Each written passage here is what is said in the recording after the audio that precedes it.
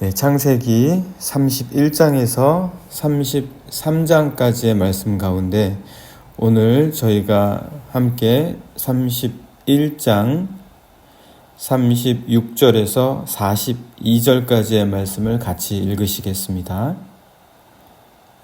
창세기 31장에서 33장의 말씀 가운데 31장에서 36절부터 42절까지의 말씀을 같이 읽겠습니다. 야곱이 노하여 라반을 책망할세. 야곱이 라반에게 대답하여 이르되 내 허물이 무엇이니이까? 무슨 죄가 있기에 외삼촌께서 내 뒤를 급히 추격하나이까? 외삼촌께서 내 물건을 다 뒤져보셨으니 외삼촌의 집안 물건 중에서 무엇을 찾아내었나이까? 여기 내 형제와 외삼촌의 형제 앞에 그것을 두고 우리 둘 사이에 판단하게 하소서. 내가 이 20년을 외삼촌과 함께 하였거니와 외삼촌의 암양들이나 암염소들이 낙태하지 아니하였고 또 외삼촌의 양떼의 수량을 내가 먹지 아니하였으며 물려 찢긴 것은 내가 외삼촌에게로 가져가지 아니하고 낮에 도둑을 맞았든지 밤에 도둑을 맞았든지 외삼촌이 그것을 내 손에서 찾았으므로 내가 스스로 그것을 보충하였으며 내가 이와 같이 낮에는 더위와 밤에는 추위를 무릅쓰고 눈붙일 겨를도 없이 지냈나이다. 내가 외삼촌의 집에 있는 이 20년 동안 외삼촌의 두 딸을 위하여 14년, 외삼촌의 양떼를 위하여 6년을 외삼촌에게 봉사하였거니와 외삼촌께서 내 품삯을 10번이나 바꾸셨으며 우리 아버지의 하나님 아브라함의 하나님 곧 이삭이 경외하는 이가 나와 함께 계시지 아니하였더라면 외삼촌께서 이제 나를 빈손으로 돌로 보내셨으리다마는 하나님이 내 고난과 내 손의 수고를 보시고 어젯밤에 외삼촌을 책망하셨나이다. 아멘. 네, 오늘 저희가 함께 나누는 말씀은 이제 야곱이 밧단 아람의 외삼촌 라반의 집에서 20년을 있잖아요. 20년을 머뭅니다. 그러다가 이제 돌아오게 됩니다. 그 돌아오는 과정에서 있었던 일입니다. 외삼촌 라반이 쉽게 보내주겠습니까? 데리고 있으면서 부려먹기가 정말 좋았는데 그에게 일도 시키고 자기가 하기 어려운 것 맡기고 또 그것을 통해서 라반이 많은 부를 쌓지 않았습니까? 그러니까 거기서 야곱이 오고 싶다고 해서 올 수 있는 그런 상황이 아닌 겁니다. 그런 상황에서 도망치듯 또 역시 한 번 더 빠져나오는 거예요. 그 상황이 오늘의 말씀입니다. 야곱이 왜 이럴까요? 처음에는 집에서 도망갔잖아요. 밤에. 어머니 리브가에 의해서 형 에서에게 죽임을 당할까봐 형제간에 또 싸움, 큰 다툼이 또 일어날까봐 거기서부터도 또 역시 또 야반 도주를 합니다. 도망을 간 거죠. 그런데 여기 외삼촌 라반의 집에서부터도 또 도망을 가게 됩니다. 이렇게 야곱은 늘 거래를 하잖아요. 거래를 하다 보니까 유익을 쫓아가고 이익을 쫓아가는 삶을 살다 보니까 항상 좋은 관계가 될 수가 없는 거죠. 그러니까 하나님의 약속을 쫓아가야 된다. 어제 우리가 그렇게 말씀을 나누는데요. 그렇게 야곱이 라반 외삼촌에게 있은 지가 20년이 지납니다. 근데 사실 야곱도 한번 보세요. 야곱도 빈손으로 갔습니다. 지팡이만 짚고 간 거예요. 밤에 도망 나오는데 뭘 가져가겠습니까? 빈손으로 갔는데 외삼촌 라반의 집에 도착을 해서 먹고 머물 곳이 있었던 거죠. 그래서 그곳에서 외삼촌의 양을 돌보면서 그도 역시 재산을 얻게 되는 거예요. 그도 역시 재산을 얻게 되었고 그리고 또 외삼촌 라반의 두 딸과 두 여종을 가족으로 또 두게 됩니다. 뿐만 아니라 이들을 통해서 11아들과 딸 하나를 두게 됩니다. 빈손으로 왔거든요. 빈손으로 왔는데 아내도 두게 되고 또 여종도 또 첩으로 두게 되고 또 그들을 통해서 11아들과 딸 하나를 둔다는 것 그리고 또 재산도 얻게 되죠. 이런 것들을 얻게 되는 거예요. 우리에게 하나님께서 주시는 것 있는데 이것도 잘 관리해야 됩니다. 잘 관리하고 지킬 줄 알아야 되겠죠. 그리고 또 이것을 귀한 곳에 또 가족을 위해서 또 하나님이 주신 사명을 위해서 또 가치 있는 곳에 쓸 수 있는 그런 또 지혜도 있어야 되겠고요. 잃어버리지 않아야 될 겁니다. 이런 또 야곱에게서 볼 수 있는 그런 지혜들, 그래서 그가 어떤 교묘한 방법을 사용해서라도 또 재산을 많이 외삼촌에게서부터 얻게 됩니다. 라반은 그래서 야곱을 통해서 재미를 톡톡히 봤죠. 그러니까 그냥 가게 내버려 두지만은 않습니다. 그러나 하나님께서는 야곱에게 이제 너는 고향으로 돌아가라. 너가 태어난 곳으로 돌아가라. 그렇게 말씀을 하시거든요. 그런데 라반이 왜 야곱을 그냥 순순히 돌려보내려고 하지 않았냐. 물론 그를 통해서 재미를 톡톡히 보기도 했지만 라반의 입장에서 야곱이 가진 거는 다 자기 거예요. 라반의 입장에서는. 왜냐하면 자기가 다 먹여주고 입혀주고 했다는 거죠. 그리고 너 올 때 빈손으로 왔잖아. 그러나 여기 있으면서 다 너에게 생겨난 거 아니니? 이런 식으로 대하는 거죠. 그러니까 라반의 입장에서 야곱은 도둑입니다. 그냥 도망가려고 하면. 그리고 그의 두 딸, 라반의 두 딸과 두 여종, 그리고 자신의 양떼로부터 벌어들인 그 모든 것을 말도 안 하고 그냥 가지고 가버린다? 있을 수 없는 일이죠. 라반에게 있어서는 있을 수 없는 일이에요. 그래서 라반이 야곱이 가진 재산이 늘어날수록 그게 마음이 편하지가 않은 거죠.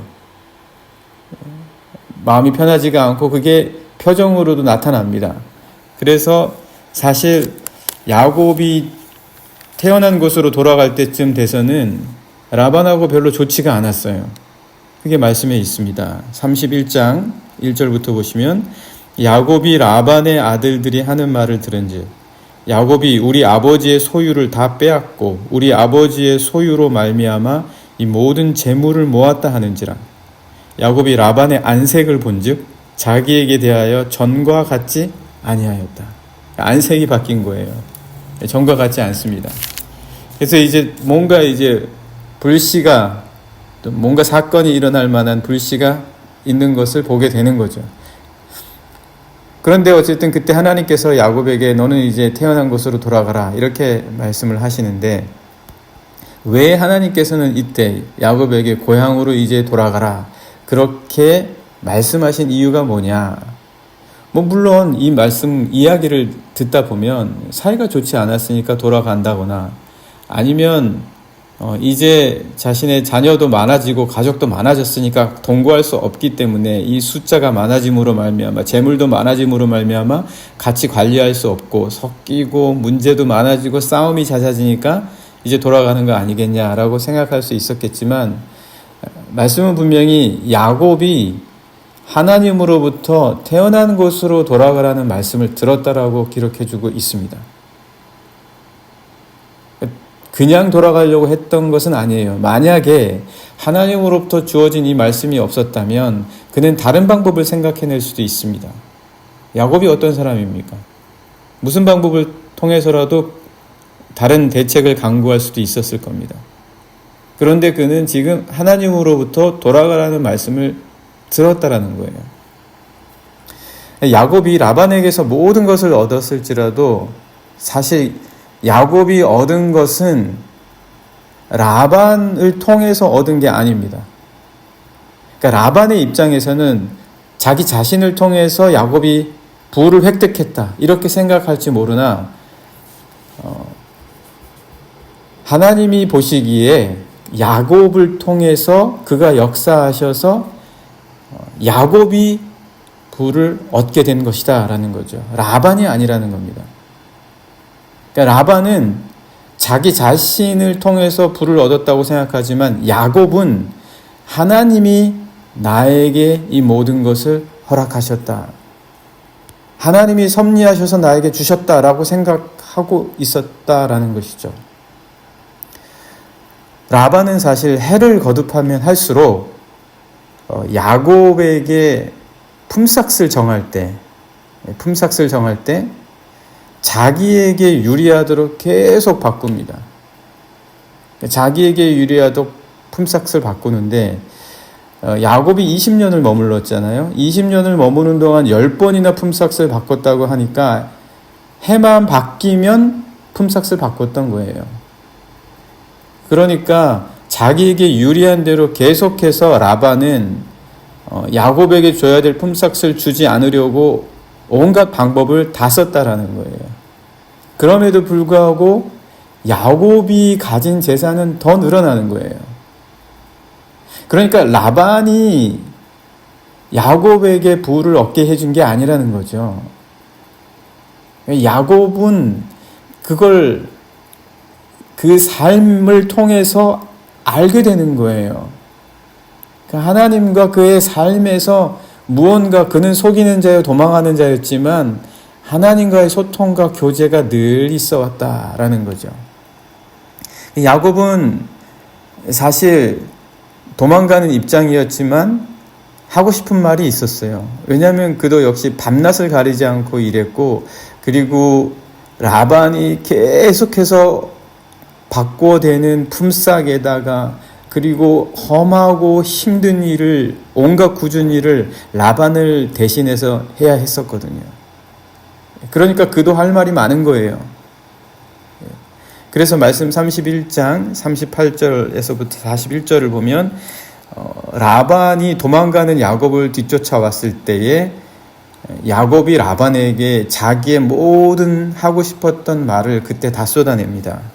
한번 잠깐 말씀 보시면 31장 38절에서 41절 보시면요. 내가 이 20년을 외삼촌과 함께 하였거니와 외삼촌의 암양들이나 암염소들이 낙태하지 아니하였고 또 외삼촌의 양떼의 수량을 내가 먹지 아니하였으며 내가 사적으로 외삼촌 거를 다 취하지 아니하였다라는 거죠. 부당하게 이득을 취하지 않았다. 39절도 보시면 물려 찢긴 것은 내가 외삼촌에게로 가져가지 아니하고 낮에 도둑을 맞았든지 밤에 도둑을 맞았든지 외삼촌이 그것을 내 손에서 찾았으므로 내가 스스로 그것을 보충하였습니다. 심지어 손해본 것은 다 내가 갚았고 내가 보충했고 그리고 외삼촌에게 그 손해본 것을 떠맡기지 않았습니다. 저는 이렇게 일했습니다. 외삼촌 밑에서 일한 내 삶을 한번 보십시오. 이렇게 이야기를 하는 거죠. 그리고 40절에서도 계속해서 보시면 내가 이와 같이 낮에는 더위와 밤에는 추위를 무릅쓰고 눈 붙일 겨를도 없이 지냈습니다. 그러니까 라반은 너무 억울한 거예요. 외삼촌이 자기를 마치 빌붙어서 자기 때문에 부를 얻게 된 사람처럼 취급하고 매번 종부르듯이 일을 시키니까 라반 밑에서 일하는 야곱은 정말 많이 억울했던 거죠. 그리고 지금은 또 자기의 재산 가운데에 드라빔이라고 하는 신상을 훔쳤다라는 핑계로 뒤쫓아와서 야곱의 모든 장막들을 다 뒤지고 있는 그런 모습이잖아요. 지금 현재 우리가 읽은 말씀이. 그러니까 이 모습이 나타내는 게 뭡니까? 너 내 거 다 가져가는 거 아니냐? 나한테서 다 훔쳐가는 거 아니냐? 나한테서 부를 얻어가는 거 아니냐? 그렇게 라반이 지금 야곱을 압박하는 거죠. 그러니까 야곱은 그러나 분명한 거예요. 나는 내 최선을 다했다. 그러나 그 과정 속에서 외삼촌 라반 당신은 무엇이든 나에게서 뺏어가려고 하고 나에게 정당한 대우를 하지 않았지만 그러나 그때마다 나를 도우신 분이 계셨다는 거예요. 그때마다 나를 지켜주신 분이 계셨다는 거예요. 그때마다 이 모든 부를 얻을 수 있게 해준 거는 외삼촌 라반 당신이 아니라 하나님이시다라는 거예요. 라반 당신은 어찌됐든 나에게서 뺏어가려 하고 나에게서 가져가려고 했지 이 모든 것을 허락해 주셔서 이렇게까지 있게 해주신 분은 당신 하나님이십니다라고 말하고 있는 거죠. 그러니까 어디까지 하나님께서 야곱을 지켜주셨냐? 그럼 라반과 계약을 맺게 되는데 말도 안 되는 계약을 맺었죠. 그러니까 검고 아롱지고 점박이의 양들은 다 야곱의 것이지만 그렇지 않은 것들은 다 라반의 것이에요. 그런데 검고 아롱지고 점이 있는 양들은 다 약해서 이게 새끼를 잘 못 낳는 거죠. 그러니까 자연적으로 생각하면 이 야곱은 점점 일하면 일할수록 라반만 재산을 불리고 자기는 가난해지는 거예요. 그런데 어떻게 야곱은 오히려 그런 양들이 자기 것이 된다라고 계약을 맺었는데도 불구하고 그의 재산이 더 늘어나냐? 하나님이 그렇게 하셨다는 거예요. 하나님이 그렇게 하셨다.